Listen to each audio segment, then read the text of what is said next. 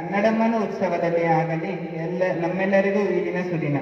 ಈ ಸುದಿನದ ಮಹತ್ವವನ್ನು ತಮ್ಮ ಭಾಷಣದ ಮೂಲಕ ಪ್ರಸ್ತುತಪಡಿಸಲು ಬರುತ್ತಿದ್ದಾರೆ ನಮ್ಮ ಶಾಲೆಯ 4ನೇ ತರಗತಿ ವಿದ್ಯಾರ್ಥಿ ಸುಜ್ಞಾ ನಾರ್ಪೆಳ್ಳೆ.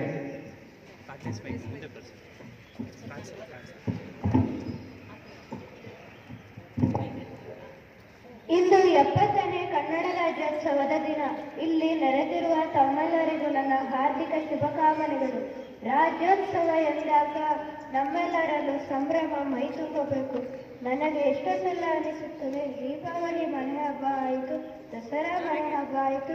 ಹಿರಿಯರು ಹೇಳ್ತಾರೆ ಇಂದು ಹೊಸ ಬಟ್ಟೆ ಹಾಕೋ, ಸಿಹಿ ತಿಂಡಿ ಮಾಡೋ ಅಂತ, ಹಬ್ಬ ಆಚರಿಸೋ ಅಂತ. ಆದರೆ ನನಗೆ ದೀಪಾವಳಿ ದಸರಾ ಹೇಗೆ ಮನೆ ಹಬ್ಬವು, ಹಾಗೆ ರಾಜ್ಯೋತ್ಸವ ಮನೆ ಹಬ್ಬ ಆಗಬೇಕಲ್ಲ, ಸಂತೋಷ ಪಡಬೇಕಲ್ಲ, ರಜಾ ಅಂತ ಮಲಗಿಕೊಳ್ಳೋದಾಗಬಾರದು ಅನ್ನೋ ಆಸೆ. ಏಕೆಂದರೆ ಈ ರಾಜ್ಯೋತ್ಸವ ಸುಲಭವಾಗಿ ಆದದ್ದಲ್ಲ. ಎಷ್ಟೋ ಜನರ ದುಡಿಮೆಯನ್ನು, ತ್ಯಾಗವನ್ನು ಪಡೆದುಕೊಂಡು ಬಂದದ್ದು. ಕುಯಿಲಿಗಳ ನಾರಾಯಣರಾವ್ ಕಂಡಂತಹ ಕನಸು ಉದಯವಾಗಲಿ ನಮ್ಮ ಚೆಲುವ ಕನ್ನಡ ನಾಡು. ಎಂತಹ ಅದ್ಭುತ ಮಾತು, ಎಂತಹ ದೇಶ ನಮ್ಮದು, ಎಂತಹ ನಾಡು. ಈ ಭಾಷೆ ಎಷ್ಟು ಸೊಗಸು. ಈ ಭಾಷೆ ಬಗ್ಗೆ ಪ್ರೀತಿ ಬೇಡವಾ ನಮಗೆ, ಅಭಿಮಾನ ಬೇಡವಾ? ಏಕೆ ನಾನು ಹೀಗೆ ಹೇಳ್ತೀನಿ ಅಂದರೆ, ಈ ಭಾಷೆ ಅಂತಹ ಅದ್ಭುತವಾದುದು.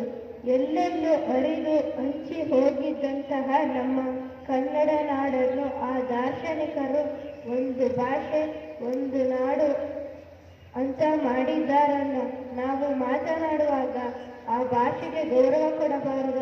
ಅಲ್ಪಪ್ರಾಣ, ಮಹಾಪ್ರಾಣ, ರಸಸ್ವರ, ದೀರ್ಘಸ್ವರ ಗಮನಿಸದೆ ಮಾತಾಡಬಿಡ್ತೀವಿ. ಅದು ಭಾಷೆಗೆ ಮಾಡಿದ ಅಪಮಾನವಲ್ಲವೇ?